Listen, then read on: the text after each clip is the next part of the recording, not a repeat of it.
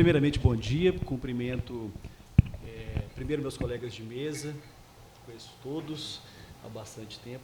Uma honra estar aqui. Agradeço o convite formulado pelo Marcelo, pelo presidente da Bradeter, Walter Lobato. Agradeço a todos. É uma honra para mim estar aqui falando para vocês. E cumprimento, obviamente, todos vocês que vieram aqui nos assistir hoje. Eu vou falar sobre transação tributária.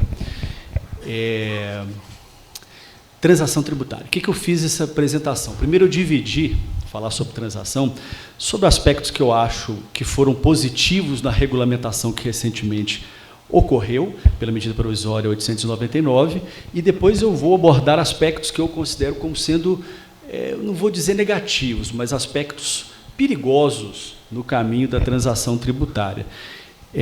Primeiro, positivos. Eu acho que, indubitavelmente, a Procuradoria caminhou bem ao propor essa regulamentação da transação. O Código Tributário Nacional desde 1966 e nunca havia ocorrido essa regulamentação, por estar novamente tentando inovar, por estar novamente tentando dar um passo a mais nessa relação entre fisco e contribuinte. Isso, por si só, já é um mérito. Ficar parado teria sido pior do que não provocar alguma coisa diferente no direito tributário. Então, o primeiro ponto é positivo que alguém tenha se movimentado em tentar regulamentar a transação, e eu acho que isso é algo extremamente positivo. A segunda coisa positiva é mais um passo no sentido da gente resolver as coisas dentro da administração pública sem levar para o judiciário. Acho que isso também é um ponto positivo.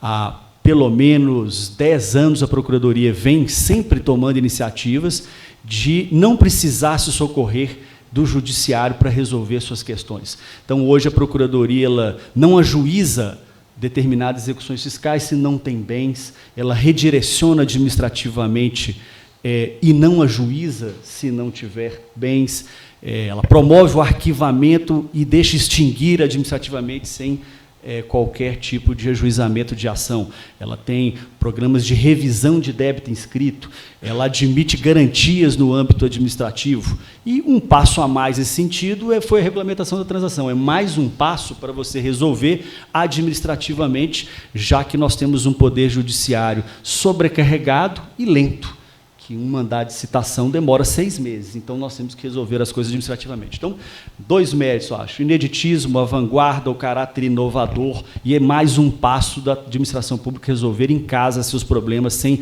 ter que socorrer-se do Poder Judiciário.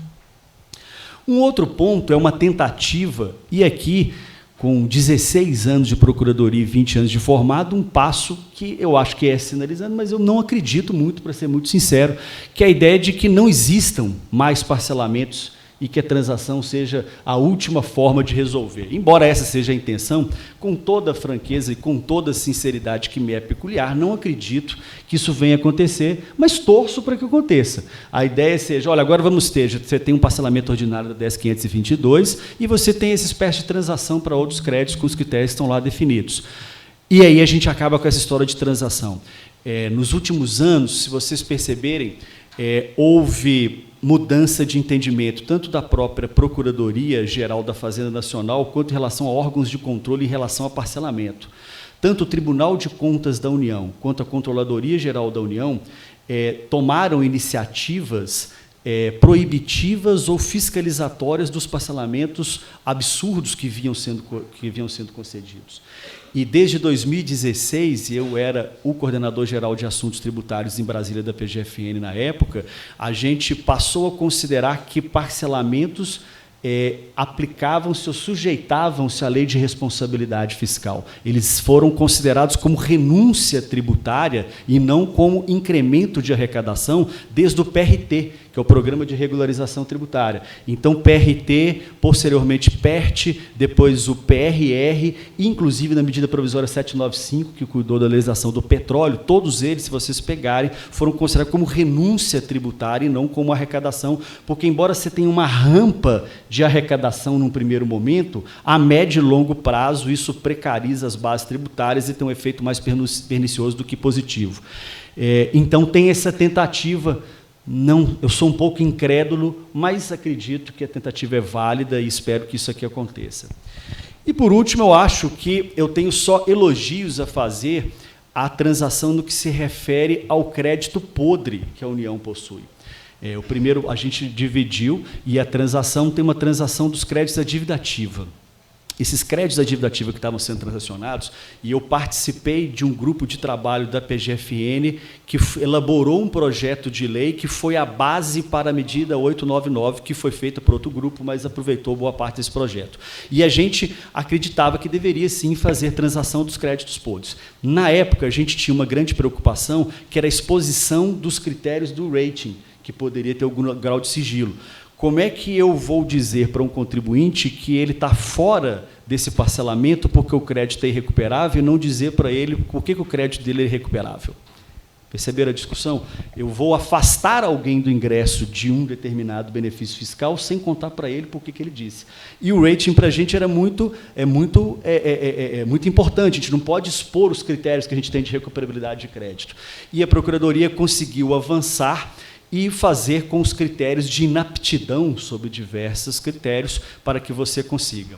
E um último critério que daqui a pouco eu vou abordar, que são os créditos suspensos por decisão judicial há mais de 10 anos. Enfim, esses são os pontos que eu acho positivos relacionados à transação tributária, e eu acho que, por si só, isso daqui já constitui um avanço a ser comemorado, né?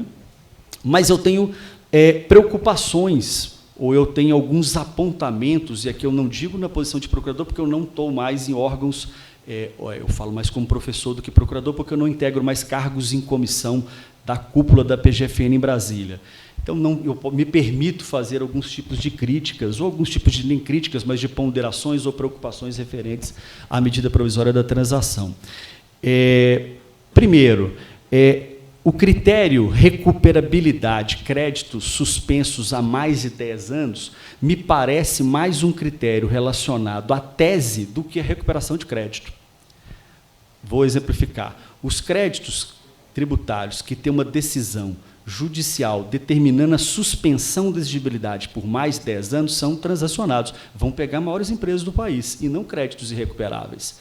Por quê? Porque se a Fiat, a Celor, se a Vale, ou se uma grande empresa conseguir uma decisão judicial suspendendo a exigibilidade do crédito, isso aqui já dura mais de 10 anos, significa provavelmente que eu vou perder a tese, porque até hoje ele continua com a suspensão. Mas não significa que o crédito é irrecuperável no sentido patrimonial. Então, eu acho que jogaram um critério relacionado à fragilidade da tese num critério de recuperabilidade de crédito. A meu ver, um equívoco que vai abrir uma porta para empresas que têm capacidade de pagamento de créditos se beneficiarem da transação. Não que elas não deveriam ser a transação, mas não era a ideia da transação de recuperabilidade de crédito, aí que se propusesse um outro tipo de transação, que, a meu ver, afronta um pouco a isonomia, porque eu posso ter outro contribuinte com a mesma capacidade contributiva que vai estar fora da transação. Então, tem um apontamento. Eu acho que ele está deslocado. O lugar dessa suspensão do crédito deveria estar na transação de teses, que ainda não foi regulamentado. Eu integro o grupo de trabalho da PGFN que vai fazer a regulamentação da transação de teses tributárias. E aí eu tenho preocupações com a transação de teses, que é o que eu vou fazer apontamento para depois vocês me criticarem construtivamente e eu vou ouvir todas as críticas pertinentes. Transação de teses, eu sou um crítico voraz da transação de tese. Então, no grupo de trabalho interno da Procuradoria, nós não fizemos a transação de tese, não saiu da Procuradoria a transação de tese, saiu do Ministério da Economia, mas a medida provisória não sai da PGFN especificamente. E saiu. E eu vou tentar dosar ao máximo as palavras, mas eu acho que saiu de uma maneira não devidamente trabalhada. Eu vou para não usar outro tipo de expressão que pudesse ser deselegante com os colegas que fizeram isso. Porque, se eles já soubessem os critérios para a transação de tese, estaria na medida provisória. Como é que eu vou transacionar a tese? É porque ninguém sabe. Eu imagino, posso estar sendo leviano, que o cara que resolveu, para dar uma de inédito, de brilhante, colocar a transação de tese, jogou para os outros resolver o problema. Porque tese, não há parâmetro em dissertações e teses de mestrado mundo afora de ninguém que transaciona tese. Tese, se você acha que a sua está errada, você derruba a tese. Você, a Procuradoria dá um parecer e fala, eu estava errado naquele tipo de tese, eu não defendo mais aquela tese, derruba. Então, como é que se transaciona tese? É um negócio que eu sou crítico e acho que não deveria ter uma transação de tese. Mas existe. Já que existe, e a gente tem que regulamentar, porque a lei está aí, está posta, e não vai ser declarada inconstitucional, por que não vai ser declarada inconstitucional? E eu tenho, às vezes, alguns colegas que se acham muito brilhantes, porque também na administração pública tem aquelas pessoas que querem aparecer, o cara quer mostrar para os outros que ele faz um serviço brilhante. E aí me diz o seguinte, olha, transação, só estou recebendo elogios de várias entidades. Claro, tudo aquilo que tem que pagar menos tributo, nem vai ter judicialização, só vai ter elogio. Significa que se for brilhante, não. Vamos botar um porém nesse seu brilhantismo. Ninguém vai criticar, não vai ter realmente judicialização. Você tem que tomar cuidado com o TCU, algum dia te responsabilizar por você ter feito alguma maluquice muito grande. Mas não vai ter crítica de ninguém, nenhum contribuinte, se você está dando mais uma oportunidade de sujeito reduzir pagamento tributário, e nem vai ter judicialização desse tipo de questão. O que não significa que, academicamente, eu tenha que dizer que você fez uma coisa bonita, quando você propôs transação de tese. E ela me causa um monte de preocupações. Primeira preocupação é a seguinte, se vocês prestarem atenção na exposição de motivos da medida provisória 899, ela tem grandes expectativas de arrecadação com a transação. Isso me preocupa demais, essa expectativa de arrecadação. Fala só nesse ano em 6,1 bilhões de reais arrecadados com transação. E aí, se vocês prestarem atenção, na medida provisória só teve um deslocamento geográfico do lugar, mas existe um artigo que no projeto de lei de conversão, que acabou de sair, está lá naquelas disposições gerais, e antes estava dentro especificamente da transação, que era a transação dividativa, e também na transação que era a transação de tese, que diz o seguinte, olha, quando for o caso, você tem que aplicar a lei de responsabilidade fiscal. Cuidado, esse artigo ele é extremamente problemático. O que ele está dizendo, e eu acho que ele tem que ser aplicado mesmo, o que ele está dizendo é o seguinte, olha, se o fisco acha que ele não abriu mão da tese, vocês viram, inclusive, que aquilo que ele transacionar, ele expressamente coloca assim, você nem pode usar como sua defesa no processo judicial se o transacionar. Vocês perceberam esse dispositivo? Tem um dispositivo lá que diz o seguinte, olha, se eu transacionar uma tese tributária, não significa que eu abri mão da tese. Inclusive, lá está dizendo que isso não pode ser utilizado como defesa em outros processos. Claro que vai ser usado como defesa, mas está lá escrito que não vai. Mas ali está dizendo o seguinte, que eu continuo achando que minha tese é a correta. Se eu continuo achando que a tese que eu utilizei é a tese que era a tese devida, que era correta, eu digo, então, para eu transacionar, que eu estou renunciando a algo, que é premissa, inclusive, de um processo de transação. Se eu estou renunciando a um crédito tributário, e na transação de teses, lá não está em a restrição de não ter renúncia ao valor principal que existe na transação, limita 50%, mas não tem uma vedação de limitação do principal, se eu estou transacionando, eu estou abrindo mão, eu tenho que aplicar os critérios que a lei de responsabilidade fiscal me dizem, relacionados à renúncia tributária. E o artigo 14, mais especificamente, da lei de responsabilidade fiscal, ela diz que toda vez que houver uma renúncia tributária, você tem que imediatamente ter um aumento de tributo como contrapartida, ou jogar para o ano subsequente. Perceberam? E hoje, os parcelamentos, eles exigem que tenha aplicação de lei de responsabilidade fiscal. Por isso que os parcelamentos estão jogando para o ano seguinte, porque aí você reduz despesa na lei orçamentária do ano seguinte, para não precisar aumentar o tributo no ano em curso. E há um dispositivo nessa lei dizendo que você tem que aplicar a lei de responsabilidade fiscal. Numa ideia dessa, está dizendo o seguinte, aquilo que eu abri mão de receita, eu vou ter que tirar do orçamento do ano seguinte, já que eu não vou ter que aumentar tributo, que seria surreal por conta de fazer esse tipo de compensação. E aí eu me pergunto, de onde vem essa expectativa de arrecadação de 6 bilhões de reais, então, se você tem que aplicar a lei de responsabilidade fiscal? Não sei se foi claro, mas eu tenho 10 minutos, não vou poder especificar mais.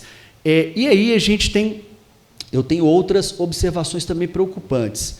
Eu vou transacionar a tese. A meu ver, parece óbvio que eu tenha que colocar um critério, colocar na balança o seguinte binômio, chance de perder com percentual de desconto. Segue? O fisco olha e fala o seguinte, olha, eu, por exemplo, chutômetro puro meu, eu tenho 2 casos. Então, por exemplo, eu tenho PIS/COFINS de instituição financeira, eu acho que a gente vai ganhar. Mas eu tinha, por exemplo, reintegra a aplicação da anterioridade. A chance de perder já perdeu, e a gente já tem dispensa da 90º, tranquilo. Mas a anual também tem um risco grande de perder também. Embora os tributos todos sejam da 90º, tem um risco de perder. Então, eu não posso dar o mesmo percentual de desconto para aquele que eu acho que vou ganhar, do que para aquele que eu acho que vou perder. Chegam duas entidades, a FEBRABAN chega e te dá assim, eu te dou 5 bilhões, que eu conversei com os bancos, se você transacionar. E um outro setor, que tem menos importância econômica, oferece menos. A gente tem critérios objetivos para avaliar risco de derrota em demanda judicial? Eu não consigo. Com o judiciário extremamente clínico geral, que não sabe nada de direito tributário, eu tenho como avaliar o que vai sair de uma decisão judicial para falar o risco de derrota e fazer uma vinculação do risco de derrota com o percentual de desconto que eu vou dar? Eu acho que não. Eu não consigo fazer isso. Então, eu acho que vai ter um grande cuidado para isso não virar um balcão de negócios. De estar lá uma tese na primeira instância ainda, acabou de surgir, e o setor economicamente mais forte bota na mesa o quanto que ele tem que dar, e o político que está doido para ter o dinheiro na mão em primeiro momento, pedalar e querer o dinheiro hoje de uma tese que provavelmente ele venceria lá no futuro. Então, os critérios de o que é um bom crédito e um mau crédito são extremamente importantes para a transação. E é um objeto que, se quem fez isso aqui soubesse o que estava fazendo, teria colocado na própria medida provisória, não numa regulamentação infralegal, que vai ter um grande problema para fazer esse tipo de regulamentação. Por exemplo, aqui nós estamos com vocês ligados ao comércio. Eu posso usar o CPC 25 para avaliar o comitê de produto? Eu posso? E é difícil, ali não é muito seguro o que eu vou avaliar. Eu posso usar algum critério de controle de gestão de risco do TCU, que tem um manual, por exemplo? O que eu vou usar para fazer esse controle? E esse parecer jurídico, esse critério que vai estabelecer, ele é tão difícil de ser feito que, vamos supor que eu avaliar, obviamente eu vou considerar assim, jurisprudência. Olha, o número de decisões desfavoráveis que eu estou fazendo monitoramento, decisões anteriores em sentido contrário, e aí isso aí vai ser público? Ou eu vou botar sigilo no critério que foi tomado como parâmetro para colocar? E se eu coloco esse critério é público para fins de isonomia, porque eu dei para uma entidade e não dei a oferecer transação para outra, esse critério, será que eu consigo fazer um critério que restrinja a menos de 250 teses? E se eu conseguir, qual que é o critério que eu coloco para dar transação para um e não para outro, se eu não conseguir objetivar já nos próprios critérios? É muito, e muito, e muito difícil.